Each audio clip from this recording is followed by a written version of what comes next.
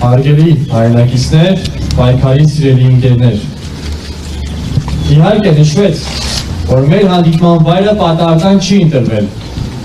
Եվ այն ինչ որ իմաստով արտացոլում է մեր պայքարի գաղափարներն ու նպատակները։ Այստեղ գոշավանքում մեզանից դարեր առաջ Ստարբոշը գրում էր պետական մտածողության և իդեալական պետության մասին։ Անգամ այն պայմաններում, երբ հայ ժողովուրդը չուներ սեփական անկախ պետությունը։ Հիմա մենք ապրում ենք անկախության պայմաններում, ունենք մեր անկախ պետությունը։ Բայց ցավոք մեր մեջ պակասում է և բացակայում է գաղափարական այն հիմքերը, որով մենք պիտի կառուցենք մեր անկախ պետությունը, իրապես անկախ պետությունը։ Մենք այլևս արդարությունը արժեք չենք համարում։ Եվ անարդարության հետ ապրում ենք այնքան հաշտ, ասես դա անփոխարինելի իրականություն է։ Մենք օր-օրի դառնում ենք ավելի հարմարվող և այդ համընդհանուր խնդրին տալիս ենք ինչ-որ խելամիտ, այսպես կոչված խելամիտ բացատրություններ և կեղծ իրատեսություն, որպեսզի խուսափենք իրականությանը արարեցվելուց մեր վախերից։ Եվ այստեղ կանում է մեր ողբերգությունը։ Երբ իրատեսությունը և վախկոտությունը դառնում են հոմանիշներ, երբ արդարությունը ոչ թե արժեք է, այլ մի մեծ չափազանց մեծ բեռ, որի համար պետք է թանկ վճարել։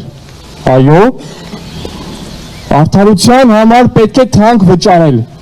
Եվ արդարության հասնում են նրանք, ովքեր պայքարում են արդարության համար։ Եվ մենք անարդար ենք այսօր ինքներս անգամ մեր գիտակցությամբ և մեր հոգիներում։ Եվ եթե ինքներս մեզ անարդար ենք պահում, այդ հասարակությունը հնարավոր չի, մարդը հնարավոր չի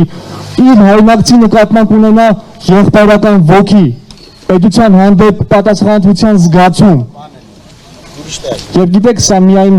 չի վերաբերվում մեր ներքին կյանքին, սա ուղիղ վերաբերվում է նաև մեր արտաքին ուժին, որովհետև միայն ինքն իր առջև ազնիվ և արդար գտնվող ժողովուրդը կարող է լավագույնս սպասարկել իր ազգային ու պետական շահերը։ Եվ միայն այդպիսի երկրում անհատը կարող է զգալ երջանիկ և արժանապատիվ։ Հարգելի ընկերներ, հարմարվողները երբեք պատմություն չեն փոխում։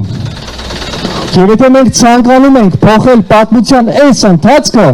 պիտի չհարմարվենք և պիտի պայքարենք արդարության համար։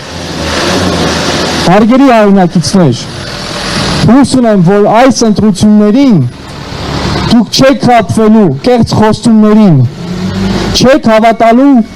արդեն սովորական դարձած ընտրական երդումներին։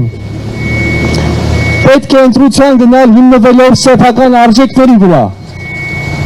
Արժեհամակարգային այս պատերազմում ընտրեք ձեր նմանին, ձեր տեսակին։ Եվ եկեք բոլորս մտապահենք մեր մտքերում,